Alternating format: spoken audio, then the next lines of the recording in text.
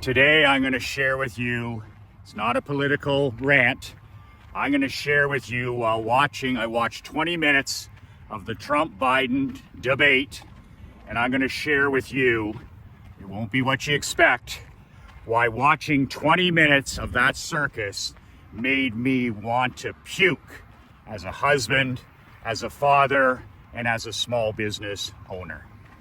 Michael McLean, brassballsvideos.com. Happy 4th of July to my American badass brothers and some sisters. I'm here in Canada. We're just going through the Canada Day celebration, but yours relentless still walks, talks, and shows up every day. You can download a free copy of my new book below, 5 Ways to Unfuck Your Life in the Next 30 Days. It won't take you 30 days, but there's a link below. When you send your email, I'll email you a digital copy of the book within 5 minutes.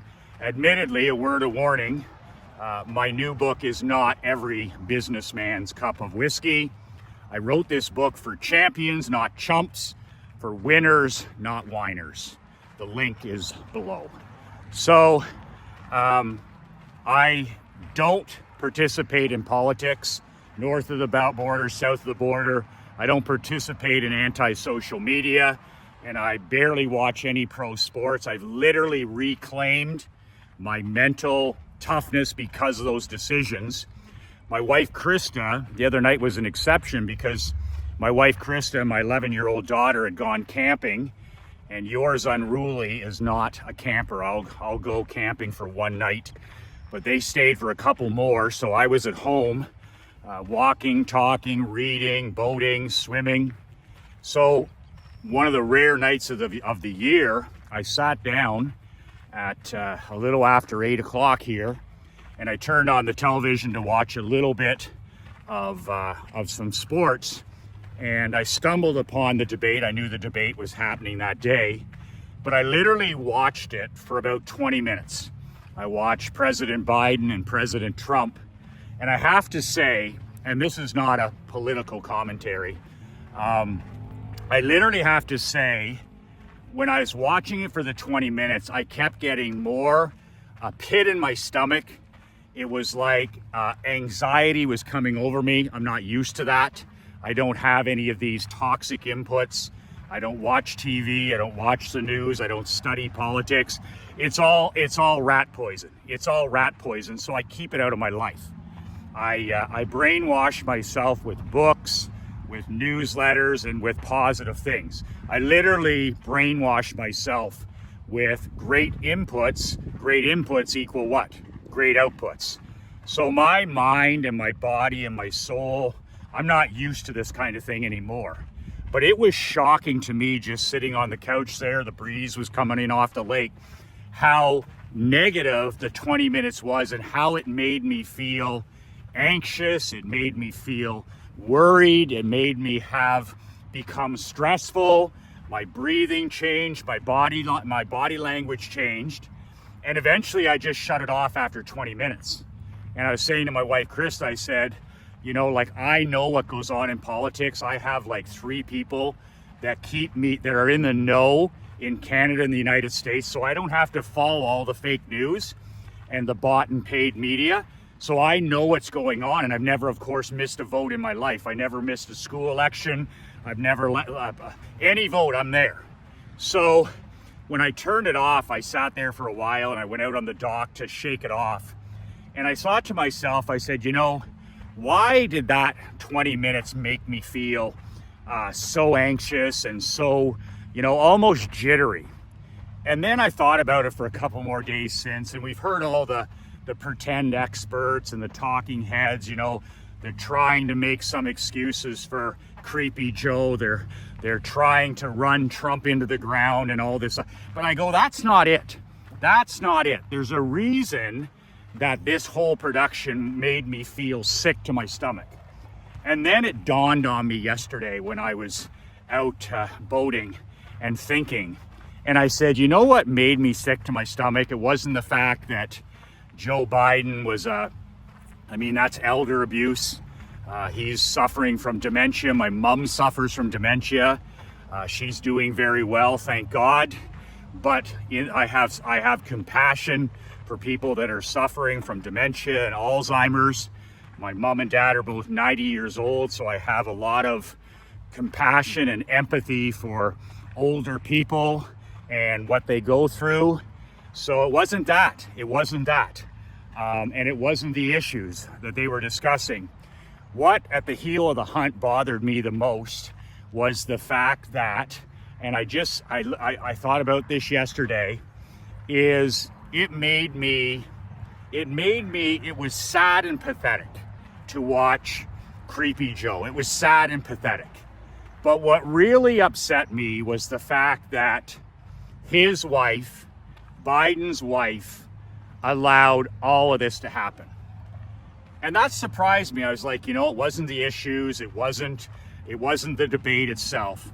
When I watched that incapable man, when I watched a man that was clearly suffering from what my mom is suffering from, dazed and confused in front of 30 million Americans. And I sat there on the boat yesterday and I said, what kind of queen, what kind of secret weapon best friend would allow that to happen to their husband?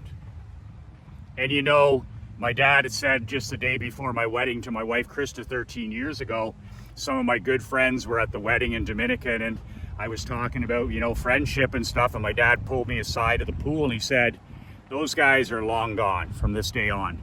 He said, your best friend's secret weapon is right there.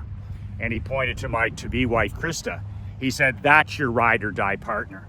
These other tomato cans here, they're off the radar. You want to go golfing with them from time to time, fill your boots. But that's your best friend forever. That's the person who will love you, support you, be there when it matters, help you build your dreams and your mission. So I never forgot that. He said, no, these high school guys and college chumps, no. That's your BFF.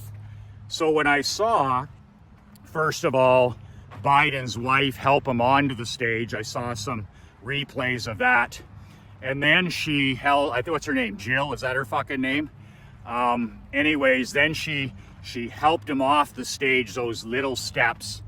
And he just reminded me, my parents moved into a beautiful retirement home. It's a nursing home, 5-star nursing home. And watching that gave me so much stress and anxiety because it reminded me of all the people where my parents live. My parents are completely independent, but the people that they live with, they shuffle around, they have walkers, they don't have any mobility. A lot of them have physical challenges. Some of them have, memory challenges. And I watched Joe come on the stage and I watched him be helped off the stage. And I just said, it was a pathetic image that we can never unsee. That's the power of vision. That's why the television networks and the Democrats and all the supporters, they literally can't get over it and they don't know what to do next because the vision, that wasn't about debates. Nobody can unsee what they saw. If you watch that debate, there's no way you can unsee what you saw. I have a friend who's a firefighter and a first responder, and he's like, Michael, when I go to a 911 car accident, he says, I can never unsee what I saw. When I talked, to my hockey players about the dangers of vaping, I didn't preach, I didn't give a sermon, I just showed them a 3-minute video that showed them what vaping can do. And it was a video of a young man with a collapsed lung, heart attack, tube sticking out of him. It was an image, it was a vision that they couldn't unsee. And I had so many of my athletes come up to me over the next few days and say, wow, I would vape a little bit, or I didn't think it was a big deal. And I've completely cut that out of my life because of the power of that vision you showed us. I showed a video a few years ago, texting and driving, and some players, there was like 4 players, 3 of them died, texting and driving, drinking and driving. They were players on another team. And when I talked about, instead of giving a sermon to our athletes or preaching, I just showed them the clip of the tragedy. I showed them the vehicle. I showed them clips of the funeral. And again, I had so many of our young players come up and say, Coach, I used to text and drive. I used to be on my phone all the time. Sometimes I drink and drive, and you scared the living shit out of me. And I said, it wasn't me, it was the vision of the impact. So that's what that debate has done for this upcoming election, is there's no coming back. People can't unsee what they saw. The confusion in Biden's face when Trump was talking. I have to tip my hat to the Donald. He actually, somebody coached him up well, because his instinct, of course, is always to attack, right? To attack. That's what he does best. He's an alpha aggressor. That's who he is, to attack. But whoever coached Daddy Trump, man, oh man, they preached and they got through to him about honoring the timelines, not talking over Joe, not making too many sarcastic facial expressions when Joe was trying to communicate. In other words, don't become the villain because you're picking on somebody who's helpless. And that was hard for a guy like Trump, because that's the biggest mistake. If he goes into that debate and he attacks an old helpless man, I mean, he loses, right? Who the hell wants to support somebody who attacks a poor helpless man? So I thought Trump did a good job of staying professional, of not going postal on Joe. He could have, and I think that he came off. I think he came off better than I thought he would. Now, I can't say the same thing for Jill Biden, if that's her name. And I just think about, like, we need to teach our children what?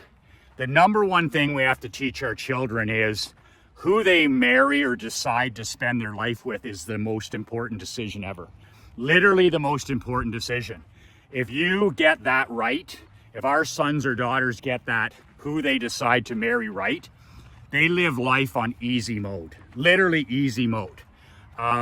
If you get that wrong, if our sons and daughters get that wrong, life is on hard mode. Everything is difficult, everything is hard. You don't have that secret weapon, you don't have that BFF, you don't have that person who's gonna build your kingdom and your empire together. So for me, this is massive, massive. But when I saw, what kind of a woman, like, I know that the Biden crime family, I know that Joe is corrupt and evil to the core. I know that his wife would be corrupt and evil to the core. I can't stand politicians. I can't stand bureaucrats. But this was next level cruel. This was next level cruel, and I wouldn't hope this on my worst enemy. But for a wife who's supposed to be looking out for her husband, especially a husband who's gone to the highest, supposed to be the most powerful man on earth, the commander-in-chief, and for her to, and I heard this, that she kept him secluded several days before the debate because she knew that he was not, he wasn't capable of debating anybody.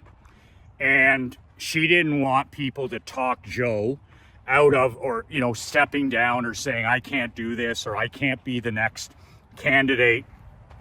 So she literally kept him secluded a few days before. And this is all her grasping what? Power, hanging on to power. I don't give a shit about my husband. I don't care how much he embarrasses himself. I don't care how much we destroy his legacy, his personal integrity. That's abuse up there. And it made me sick to my stomach. It made me anxious. And I'm a pretty mentally tough guy.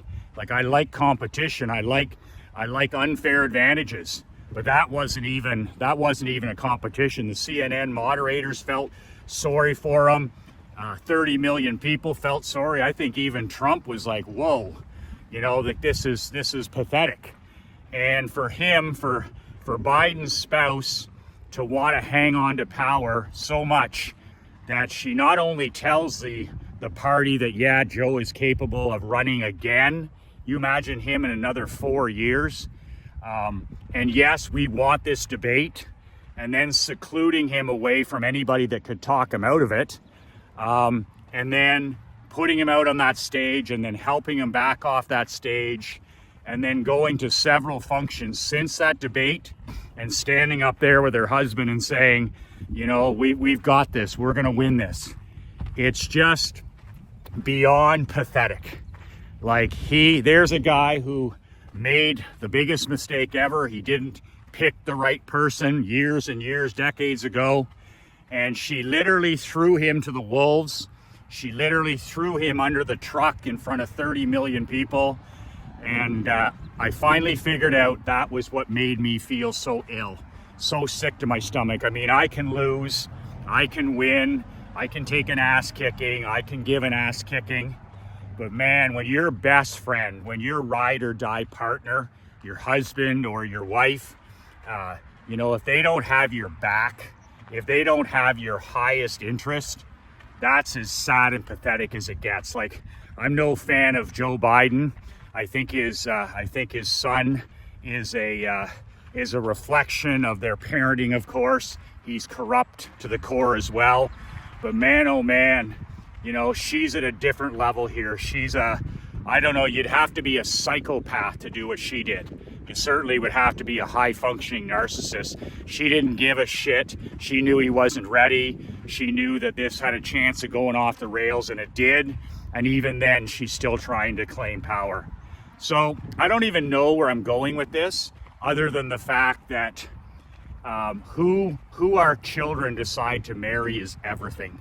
There's a couple of other things, what they decide, where they decide to live, and what they decide to work at, their career, are the other two. But nothing's more powerful than that. Nothing's more important. And in Joe Biden's case, this is something you'll never unsee. If we don't get the marriage thing right, then like Joe Biden, he didn't get it right. He married the wrong person. You saw that on the stage. He married the wrong person. Maybe it took 50 years for us to see it, or for him to see it. He can't see it now. But it just shows you, if you get that wrong, your life is fucked. It's the biggest mistake a person can make, the most important decision they can make. So that's all I have to say about that debate. I mean, it's very difficult for me to feel bad for somebody, a politician, but that was such a pathetic display. That looks so bad on the United States of America.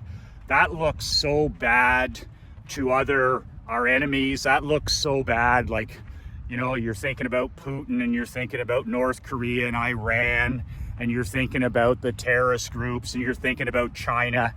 And I mean, they literally have to be looking at that and saying, you know, it's all weakness, right? It's all weakness. And what does weakness attract? Weakness attracts aggression. So it was quite a pathetic showing on the world stage.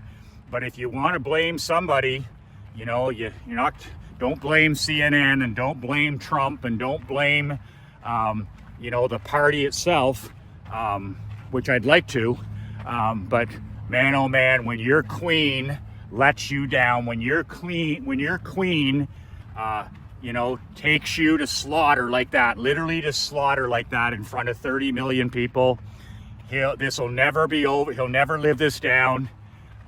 She stole his integrity. She stole his respect, any respect and integrity he had. It's all gone. And it's all because he married the wrong person. Corrupt and evil to the core.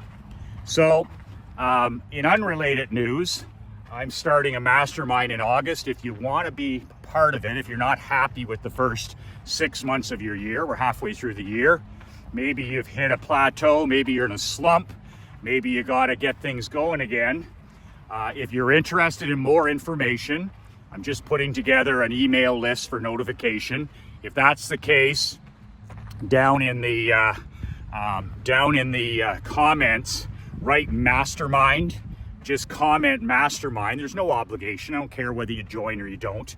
It's $9.97 a month. It's not 50 grand or 30 grand. It's $9.97 a month.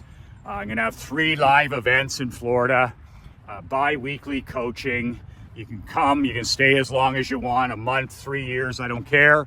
But I love Mastermind, so I'm inviting 50 men to be in my 50 plus badass mastermind. And if you're interested in being notified about the details so you can decide yes or no, write Mastermind in the comment below. Also, you can download a free copy of my book.